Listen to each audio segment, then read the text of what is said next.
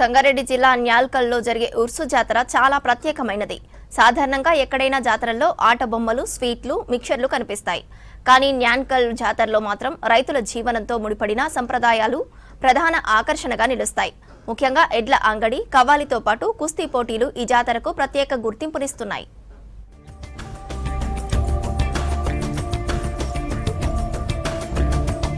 సంగారెడ్డి జిల్లాలోని హజ్రత్ పీర్ గైబ్ సాహెబ్ కిబ్లా దర్గా ఉరుసు ఉత్సవాలు ఘనంగా జరుగుతున్నాయి. ఏడాదికోసారి జరిగే ఈ జాతరలో ఎడ్ల అంగడికి తెలంగాణతో పాటు కర్ణాటక, మహారాష్ట్ర ప్రాంతాల నుంచి పశువులను భారీ ఎత్తున తరలిస్తారు. ఎద్దులు, కోడెదూడలు, ఆవులు, పాడిగేదెలు అమ్మకాలు జోరుగా సాగుతాయి. అందంగా, బలంగా ఉన్న ఎడ్లకు బహుమతులు కూడా అందజేస్తారు. ఈసారి ఒక ఎద్దును ఏకంగా 2 లక్షల రూపాయలకు అమ్మకానికి పెట్టడం అందరి దృష్టిని ఆకర్షించింది.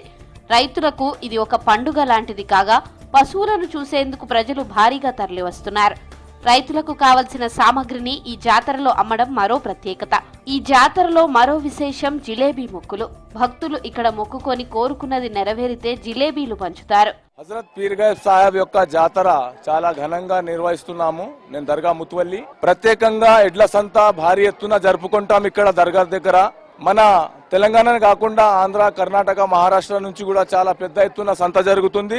ప్రత్యేకంగా జాతరలో దానికి ధర చాలా ఎక్కువ పలికింది. మన రైకోడ్ మండల్ కి చెందిన వ్యవసాయ ఆయన యొక్క ధర 2,70,000కు ఒక జత పలికింది.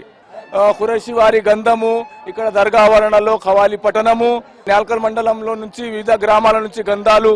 కుల మతాలకు అతీతంగా భక్తులను ఆకర్షిస్తోంది ఈ జాతర. సంగారెడ్డి జిల్లాతో పాటు సరిహద్దున ఉన్న కర్ణాటక, మహారాష్ట్రాల నుంచి వేలాది మంది భక్తులు జాతర కోసం ప్రత్యేకంగా వస్తారు. న్యాల్కల్ మండల కేంద్రానికి 2 కిలోమీటర్ల దూరంలో ఉన్న ఈ దర్గా ఉరుసు 4 నుంచి 5 రోజుల పాటు సాగుతుంది. ఉరుసు ప్రారంభం రోజు న్యాల్కల్ నుంచి దర్గా వరకు సర్కారీ సంధాల్ ఊరేగింపు ఘనంగా నిర్వహిస్తారు. రెండో రోజు కూరగాయల సంత కొనసాగుతుంది. అదే రోజు రాయకోడ్, న్యాల్కల్, జరాసంగం మండలాల నుంచి దర్గాకు సంధాల్ అంటే గంధం ఊరేగింపులు జరుగుతాయి. మూడో రోజు పశువుల అంగడి నిర్వహిస్తారు. అంగడి రోజున ఉత్తమ పశు పోషణదారులకు బహుమతులు ప్రదానం చేయడం ఆనవాయితీ. అదే రోజు హద్నూర్ గ్రామం నుంచి గంధం ఊరేగింపు ఉంటుంది. తరువాత న్యాల్కల్ గ్రామానికి చెందిన ఖురేషీల ఆధ్వర్యంలో కూడా గంధం ఊరేగింపు నిర్వహిస్తారు. ఉర్సు ఉత్సవాలకి నేను దాదాపుగా 10 సంవత్సరాల నుంచి వస్తా. ఇక్కడ ఏంటంటే స్పెషల్ ఏంటంటే మొక్కుకున్న మొక్కుబడుల గురించి జిలేబీ వంచుతాం. ఆ తీపి అందరికి నోరు తీపి చేయాలి కాబట్టి జిలేబీ వంచుతూ ఉంటాం. ఇక మొక్కుబడులు అన్ని తీరిన తర్వాత ఖచ్చితంగా జిలేబీ వచ్చి వంచుతాం. చాలా మంచి ఉత్సవాలు అవుతాయి. అందరూ చాలా కలిసిమెలిసి ఉంటాం. ఇక్కడ జిలేబీ వంచడం అంటూ చాలా రోజుల నుంచి ఆనవాయితీగా నడుస్తూ వస్తుంది. దాన్ని కంటిన్యూ చేస్తూ ఉన్నాం మేమంతా. ఇక్కడ నేను కుస్తీ 10 సంవత్సరాల నుంచి ఆడతా. ప్రతిసారి ఒక కుస్తీ గెలుపుకొని పోతాను ఎండికడం.